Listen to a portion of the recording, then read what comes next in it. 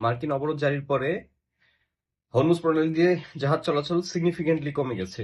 মাত্র ৮টি জাহাজ কালকে চলাচল করতে পেরেছিল। আজকে একটি ইরানি জাহাজ ফেরত গিয়েছে হরমুজ প্রণালী দিয়ে যাওয়ার সময়।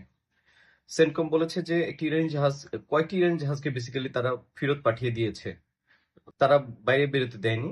আর খুব শীঘ্রই আলোচনার একটা সমাধান আসতে পারে। ডোনাল্ড ট্রাম্প খুব মজা করে বলেছেন যে আমরা চেষ্টা করছি জেডি ভেন্সকে আবারও পাকিস্তানি বিফ নেহারি আর চটে পায়া খাওয়ানোর জন্য। হয়তো আমিও এখানে জয়েন করব। দেখা যাক। খুব হাস্যরসাত্মক হলেও আসলে এই ধরনের কথাগুলো তেলের বাজারে সিগনিফিকেন্টলি ভূমিকা রাখে, কারণ তেলের বাজারে তখন তেলের দামটি কমে আসে।